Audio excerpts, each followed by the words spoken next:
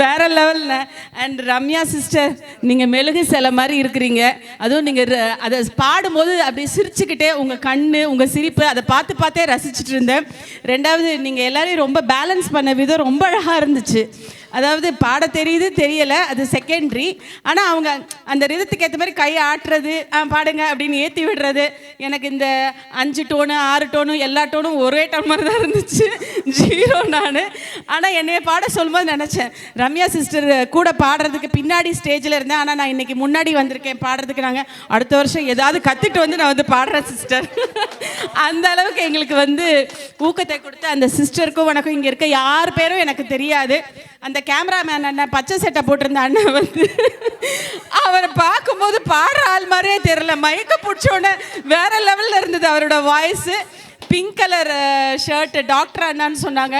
Doctor பாட வந்திருக்காரா அப்படின்னு நினச்சேன். ரொம்ப நல்லா பாடினீங்கன்னு. அப்புறம் அந்த நான் இருக்கும்போது பாடினவங்க வரைக்கும் சொல்கிறேன், நீங்கள் எல்லோரும் பாடியிருக்கீங்க, ரொம்ப நல்லா பாடியிருக்கீங்க. அந்த ஐயா மெரூன் கலர் ஷர்ட் போனவர் உண்மையில் 16 வயசு மாதிரி என்ஜாய் பண்ணி பாடினார். அந்த பிங்க் கலர் சுடிதார், அவங்க ஒயிட் துப்பட்டா, அவங்களும் சூப்பராக பாடினாங்க, வேறு லெவலில் பாடினாங்க.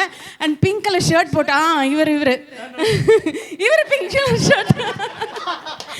அவர் ஒரு வரியையும் என்ஜாய் பண்ணி அந்த ரித்தத்தோடு அவர் ஆக்ஷன் பண்ணி பாடினது பார்க்க உண்மையில் எங்களுக்கெல்லாம் நாங்கள் அண்ணாலாம் வந்து அதிகமாக உழைச்சிருக்காங்க, நாங்கள் ஏதோ கொஞ்சம் கொசு மாதிரி உழைச்சிருக்கோம்.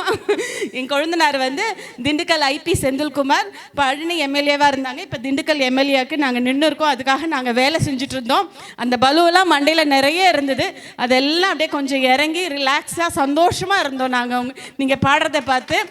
உண்மையில் இந்த ஃபஸ்ட்டு நான் கேள்விப்பட்டது வரைக்கும் ஃப்ரெண்ட்ஸ் மீட்டு தான் கேள்விப்பட்டிருக்கேன். பாடகர் மீட்டை நான் பார்த்ததே இல்லைங்க என் ஜென்மத்தில். உண்மையில் அவங்க எல்லாருக்கும் வாழ்த்துக்கள். ரியலி ஃப்ரெண்ட்ஸ் மீட்னா அது ஒரு ஜாலி, அந்த கதை இந்த கதை. ஆனால் பாடி சந்தோஷமாக ரசித்து சிரித்து என்ஜாய் பண்ணி உங்கள் வயசெல்லாம் மறந்து 18 வயசாயிட்டீங்க பார்த்தீங்களா, அதுதான் அல்டிமேட்டு. ரொம்ப வாழ்த்துக்கள் என் தங்கச்சி சார்பாக. அதே மாதிரி பச்சை சகலர் சட்டை நீங்களும் சூப்பராக பாடினீங்க. இந்த அண்ணனும் நல்லா பாடினாங்க. பிளாக் கலர் டிஷர்ட் அண்ணா வந்து ஃபாஸ்ட்டாக பாடுறாரு. ஐயோ இவ்வளோ ஃபாஸ்ட்டாக அவர் பாடிடுவாரா அப்படின் போது இவங்க பேலன்ஸ் பண்ண விதம் பார்த்தேன், ரொம்ப சூப்பராக இருந்துச்சு.